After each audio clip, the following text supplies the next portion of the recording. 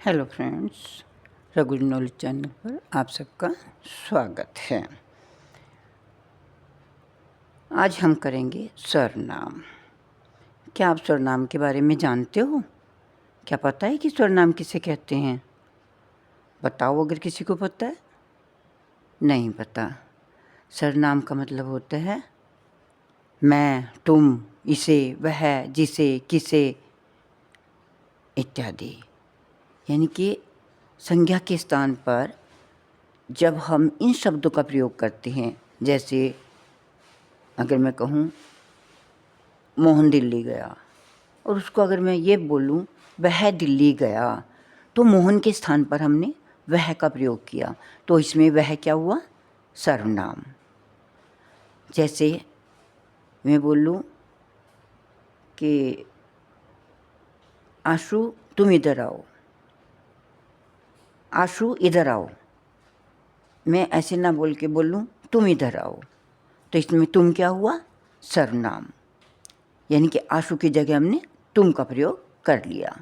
तो समझ में आया सर्वनाम क्या होता है? इसकी परिभाषा लिखो। संज्ञा के स्थान पर प्रयुक्त होने वाले शब्दों को सर्वनाम कहते हैं। संज्ञा के स्थान पर प्रयुक्त होने वाले सर्वनाम को संज्ञा को क्या कहते हैं? सर्वनाम। दोबारा सुनो, संज्ञा के स्थान पर प्रयुक्त होने वाले शब्दों को क्या कहते हैं? सर्वनाम। जैसे मैं, तुम, इसे, वह, जिसे, किसे आदि। अब आपको पता है सर्वनाम के कितने भेद हैं? सर्वनाम के 6 भेद हैं।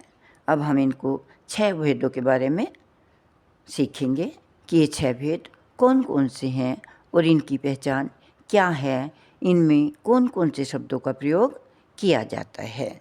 सबसे पहला है हमारा पुरुषवाचक सर्वनाम। पुरुषवाचक सर्वनाम किसे कहते हैं? जिससे बोलने वाला, सुनने वाला और जिसके संबंध में चर्चा हो रही हो, जिसके संबंध में हम बात कर रहे हों, उसका ज्ञान प्राप्त हो। जिसके बारे में हमें ये पता चले कि बोलने वाला, सुनने वाला और जिसके संबंध में बात हो रही है, उन तीनों का हमें पता चले, तो उसको हम बोलते हैं पुरुषवाचक सर्वनाम। जो पुरुषवाचक सर्वनाम है, इसके भी आगे 3 भेद होते हैं। कौन कौन से? हाँ जी बताओ। इसके 3 होते हैं, उत्तम पुरुष, मध्यम पुरुष और अन्य पुरुष। पुरुषवाचक के कितने भेद हैं? 3। कौन कौन से? उत्तम पुरुष, मध्यम पुरुष और अन्य पुरुष। उत्तम पुरुष में क्या आएगा? मैं, हम, मैंने इत्यादि, यानी कि जो अपने आप। और मध्यम पुरुष में आएगा जैसे तुम, तू, तूने इत्यादि। अन्य पुरुष जैसे वह, वे, उसके, उसे इत्यादि। तो समझ में आया पुरुषवाचक सर्वनाम के जो 3 आगे उपभेद हैं वो कौन कौन से हैं? उत्तम पुरुष, मध्यम पुरुष और अन्य पुरुष। नेक्स्ट हमारा है निश्चयवाचक सर्वनाम। निश्चय, इसके नाम से ही पता चल रहा है कि जिसमें निश्चय हो, अर्थात पूरा निश्चय हो कि ये वस्तु यही है। यानी कि जैसे यह मोहन है, तो हमें पता चल रहा है कि ये मोहन ही है, जिसके बारे में निश्चय हो। तो इसकी परिभाषा लिखो। इस सर्वनाम से वक्ता के समीप या दूर की वस्तु का निश्चय होता है, जैसे यह, ये, वह, वे इत्यादि। नेक्स्ट है हमारा अनिश्चयवाचक सर्वनाम। अनिश्चयवाचक सर्वनाम, इससे अनिश्चय से पता चल रहा है कि जिसके बारे में हम बात करेंगे हमें उसका पक्का नहीं पता कि वो वही है या वो कोई और है। तो इसकी परिभाषा क्या बनेगी? इस सर्वनाम से किसी पुरुष एवं वस्तु का निश्चित ज्ञान नहीं होता। जैसे कोई आ रहा है, हमें नहीं पता कौन आ रहा है, मोहन है, सोहन है, गीता है, रीता है, बस हमें ऐसा लग रहा है कि कोई आ रहा है। कुछ, जैसे कुछ दिखाई दे रहा है, मैंने कुछ काम किया, कुछ चीज़ें इधर लाओ इत्यादि। नेक्स्ट है हमारा संबंधवाचक।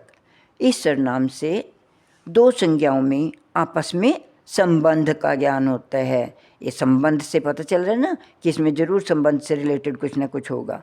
तो इससे जब दो संज्ञाओं का आपस में जो है संबंध दिखाया जाए तो उसमें कौन सा सर्वनाम होता है? संबंधवाचक। जैसे जो, सो, जिसे, जिसने, जैसे इत्यादि। कि जैसे उदाहरण के तौर पे जो करेगा सो भरेगा, या जैसा करेगा वैसा भरेगा। तो इससे संबंध का पता चल रहा है कि जिसने जैसा किया उसने वैसा ही भरा। नेक्स्ट है हमारा प्रश्नवाचक। इसमें पता चल रहा है कि प्रश्न है, जरूर प्रश्न से रिलेटेड ही कुछ होगा। तो इस सर्वनाम की परिभाषा लिखो पहले। इस सर्वनाम का प्रयोग प्रश्न पूछने और कुछ जानने के लिए किया जाता है, जैसे कौन, क्या, कहाँ इत्यादि। जैसे आप कौन हैं? आप कहाँ जा रहे हैं? मैं क्या करूँगा? आपको किसने कहा?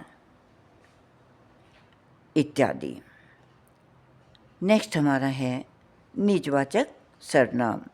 जिन वाक्यों में सर्वनाम शब्दों का प्रयोग कर्ता स्वयं अपने लिए करता है उसे निजवाचक सर्वनाम कहते हैं। जैसे मैं स्कूल गया, यह अपनी पुत्री है, मोहन ने अपना पाठ याद किया। यहाँ पर जो मैंने 3 शब्दों का प्रयोग किया है, अपनी, अपनी और अपना, ये तीनों क्या हैं? निजवाचक सर्वनाम। तो निजवाचक समझ में आया? जब कोई भी बात जो है अपने लिए कही जाए, जिन शब्दों का प्रयोग अपने लिए किया जाए उसे निजवाचक सर्वनाम कहते हैं। तो आपका सर्वनाम का टॉपिक जो है यहीं पे समाप्त होता है। तो आपको समझ में आया अच्छे से कि सर्वनाम किसे कहते हैं और सर्वनाम के कितने भेद हैं। मैंने बताया सर्वनाम किसे कहते हैं? जो संज्ञा के स्थान पर प्रयुक्त किए जाएं उन्हें हम सर्वनाम कहते हैं। इसके कितने भेद हैं? इसके 6 भेद हैं। कौन कौन से? पुरुषवाचक, निश्चयवाचक, अनिश्चयवाचक, संबंधवाचक, प्रश्नवाचक और निजवाचक। बच्चों, अगर आपको मेरी वीडियो पसंद आई हो तो इसे शेयर और लाइक ज़रूर कीजिएगा तथा कमेंट्स करके बताइए आपको सर्वनाम अच्छे से समझ में आया या नहीं। और जिन लोगों ने अभी तक मेरे चैनल को सब्सक्राइब नहीं किया है वो अवश्य ही इसे सब्सक्राइब कर दें। धन्यवाद।